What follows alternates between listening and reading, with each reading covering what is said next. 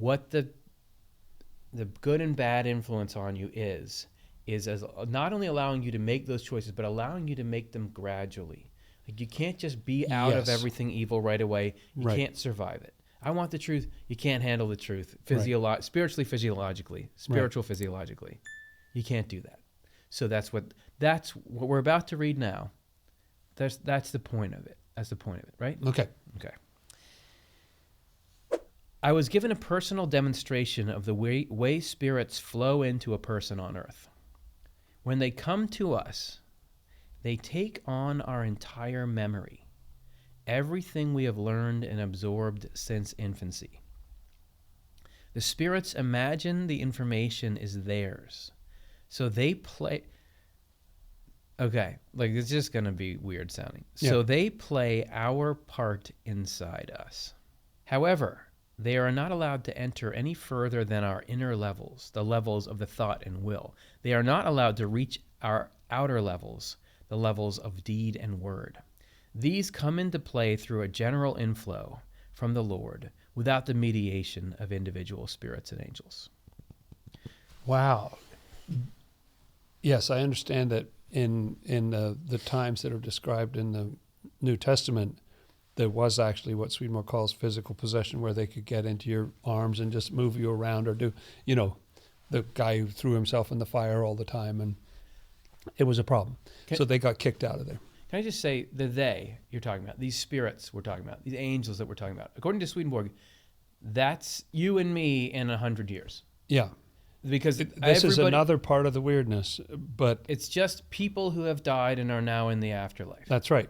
And people come in all shapes and sizes. The people have all different kinds.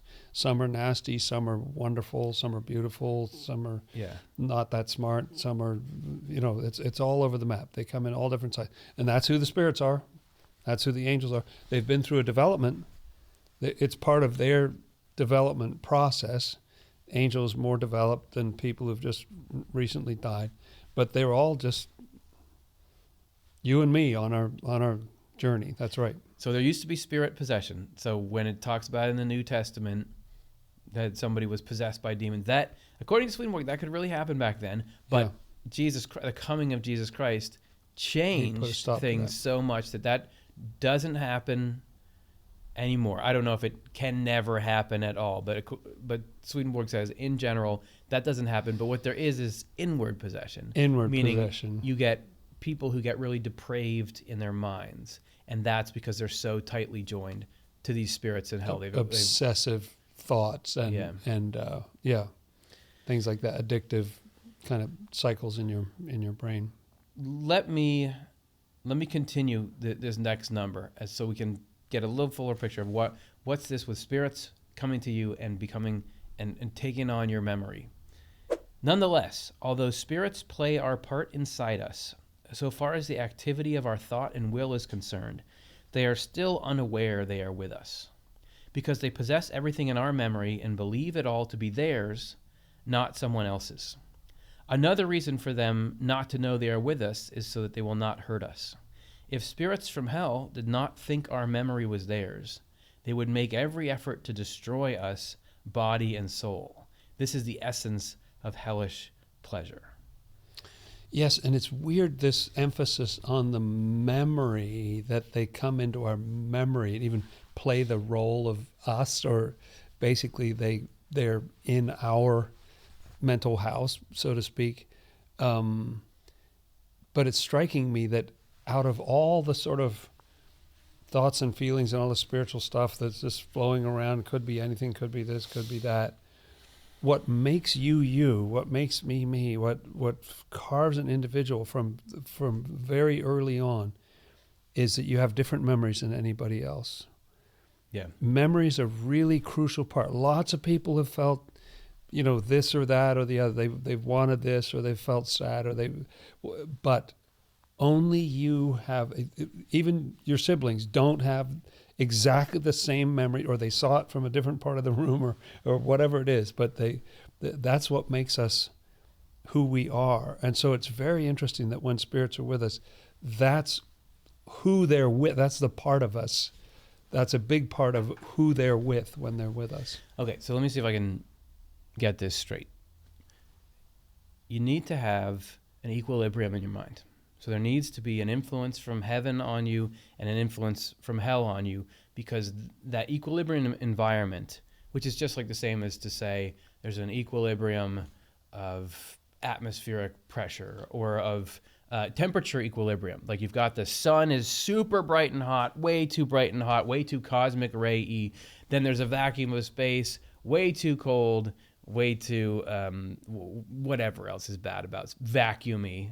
There's those two It's extremes. so vacuumy out there. Super vacuumy, and I do not use that word lately. There's an equilibrium where on Earth is where you still get the solar radiation from the sun, but it's mediated by atmosphere, magnetic field, so that you get this little slice of the habitable zone there. That's like heaven is so intense and so loving. God is, we can't in our current state even survive in there. Couldn't handle it. We think we'd like it. We wouldn't like it. Hell is so cold and twisted and dark that you wouldn't be able to live in there, or without great damage to your spirit.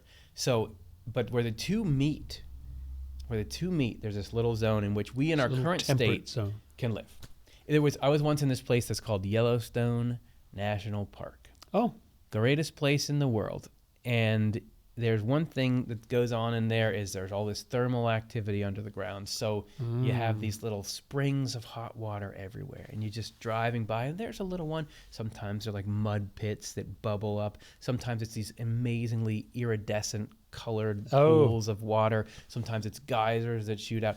And in one place by Mammoth Hot Springs, which if you know, you know, there's a little rivulet of hot water that goes off and plunges into this icy mountain river that's there. And the water's really hot, the river's really cold. Where they meet, there's an equilibrium. And I sat in that equilibrium in my bathing suit for hours and watched the elk walk through the river. There's photographic evidence of this. And you're right there, though, in that equilibrium, because that's the exact temperature. And you can't go too far this way or too far that way. It'll be way too hot or way too cold if you As I say, every time stray from that sweet spot. If you get in the shower, there's a hot knob and a cold knob. And you you adjust those until it's in equilibrium where you want to be. So an important point in that is that the influence of evil on us is tightly regulated and controlled, and it's balanced by the good influence and everything. So it's not just a free for all. Because that first phrase you mentioned earlier was the Lord governs us by means of that. This is part of the governing. Okay, so we need that equilibrium. Now, as you grow spiritually, your equilibrium zone shift. It goes more and more toward heaven. As we build up more of a heavenly character in us, we can handle more heaven. We need less of hell. So the plan is to move us into heaven, but gradually, like the scuba diver who's coming up out of the ocean. Right. So you need access to heaven and hell. You need that equilibrium.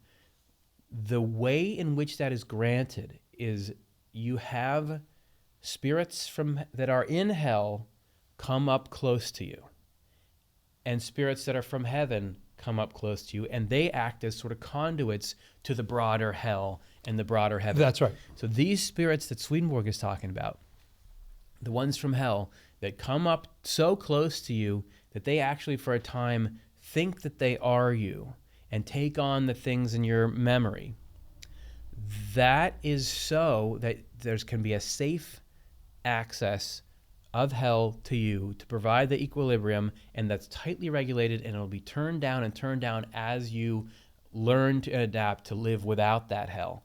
But the reason that it's safe is because you have a spirit from hell that whatever your negative part, your dark side, kind of calls the sort of matching people to you from there. If they knew that they were around you, they would want to kill you, because that's what hell is. It's just like blind hatred for everything.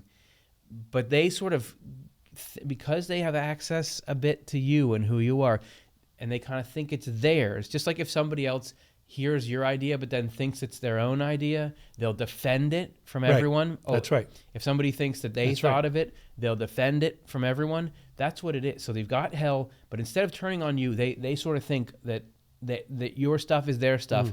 So they'll allow that influence to come in, but mediating the danger towards you. That's why all this weirdness of the memory and all that, it's about how do you create a safe access point for something that would kill you if it could. Yes, that's right. Yeah, you need to have that near. It's like the chlorine that somebody has in order to treat their pool or something. It's massive poison, but it's right there. It's serving a useful function, but it has to be only in certain parts in a regulated way, and you need to keep this on, keep it outside there or whatever, not in the house and so on. Right. Yeah, and if you had a microbe-free environment, you wouldn't need that chlorine in the first place. But they're there, so you need it. Okay, so that's, okay, I can get that. We've talked a lot about the hell side of things. So now let's talk about the heaven side. Might as well. So there you've got the influence from hell for the equilibrium. And that hell is loud, and you hear it a lot in the form of thoughts and negative feelings. But there's also this connection with heaven that comes in from a different path and acts differently on us. And why is that quieter? Why is the heaven part quieter? This is from Secrets of Heaven 6193. So spirits possess everything in our thought and will, and angels possess what is even deeper, which means that we are bound tightly to them. So you've got good and bad spirits are kind of out in the outer mind. Angels are they're bound to us on a deeper level than that. As a result, we cannot help sensing and feeling that we ourselves are the ones thinking and intending. Communication in the other world works the same way. In a single community where everyone is similar, each member believes that what belongs to another is his or her own. When good spirits go to a heavenly community, then, they immediately enter into all the understanding and wisdom of that community, so thoroughly that they are completely convinced that it exists inside themselves. The same is true for a person on earth and for a spirit with that person. What flows in from spirits from hell is evil and falsity, but what flows in from angels from heaven is goodness and truth. The opposing inflow keeps us in the middle and therefore in freedom. Now, I've had the experience, I'm sure other people watching have had the experience where you can be in one state where you see something so clearly, like you get what's going on. It makes sense to you. Or you have a whole idea. You have an idea for a movie or a book, and you can see the whole thing in your mind's eye. And you don't, for whatever reason, you don't write it down right then or something like that. And then later, somebody says, yeah, what was that what was that great idea? Beep. It's just flat, like can't get there from here. Yeah. I really thought that was my idea, and I was in it. I could see it, and I thought I didn't even need to write it down. Yeah. I will never forget this. Yeah. 10 minutes later. Beep. So this sharing of things that you would think are just private, the thoughts and the feelings and the ideas and all that, that's a universal feature of the spiritual world. And what he says here about people who come into an angelic community feel like everything that's in that community is theirs, that's all over near-death experiences. Is it? People will talk about downloads. Like, I just suddenly got this huge download of information. Or they'll say, I already knew this. I'd known this before. Yes, right. And according to Swedenborg, that feeling, or I'd known these people forever, right, even though you're just meeting them for the first time. That's right. The feeling of that is this. I remember you. Yeah. This sharing of consciousness, so that you come into your spiritual community and everything that's in there, it feels like it's yours. And that's because that is. It's hard to put into words. That's what that community is. The place you are, in a spiritual sense, when you're there, is the place of that understanding. So there would be no way to stop you from having that understanding. When you're there, you have those thoughts. You have the thoughts of that community. But because of the nature of how we lovely human beings are, we always think, oh, that's me. I'm having this wonderful insight. Yeah. I'm having this compassion. I'm having this, creative burst or something. But, well, you're in that group right now. And then when you leave, it's hard to remember it. I think Swedenborg went through that a lot, of visiting here, visiting there, visiting the other place, and then and trying to take a little bit of that back with him. Well, I think one of the messages is that human beings are fundamentally communal organisms, that we are not amoebas, as we appear to ourselves to be often, but that we are cells. Yes. And Swedenborg would say, human cells. So an amoeba, if anyone's not up on amoebas, it's a little tiny bug that lives by itself. Self-sufficient in some. I mean, it has its own digestive system. It sort of does all the things that. It's just a little clear blob. It's got a couple of little organelles in there. It uses its cilia, I think, to move around and find smaller creatures and eat them, and then that's what it is. And it's an amoeba. I can't think of a sillier way to move around than that. That's good. That's what I'm talking about. Now that's what I'm talking about. So now that we can bottle and sell. So it's moving around. It does its own thing. And this is a great comparison because it looks, the human body, if you looked at the human body through a microscope and you got down there, you're still thinking about cilia. There's a cilia way to move around. If you got down in the microscope and you're looking at the human cells, you'd be like, that's a bunch of amoebas. Yes. They don't look exactly the same, but there's a lot of similarities. A lot of similarities. They have a the nucleus. Organelles, that's right. But the difference is those cells are communal.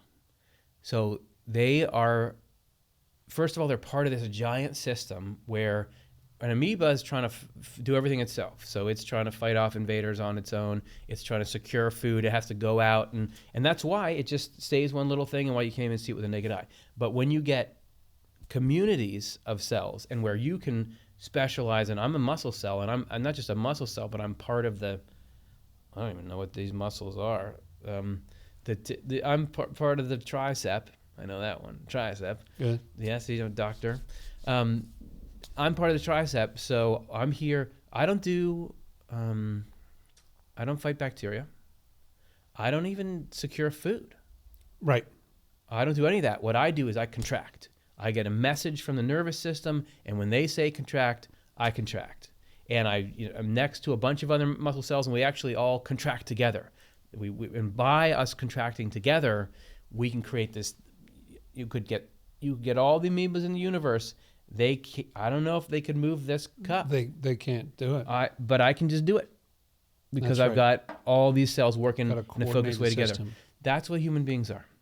They're fundamentally communal things, and that you can see some evidence of that physically, but spiritually, it really is. You get with your tricep, and you get with your people, and you share in what they do, and you benefit from the other communities that are out there, and together you can do these amazing things.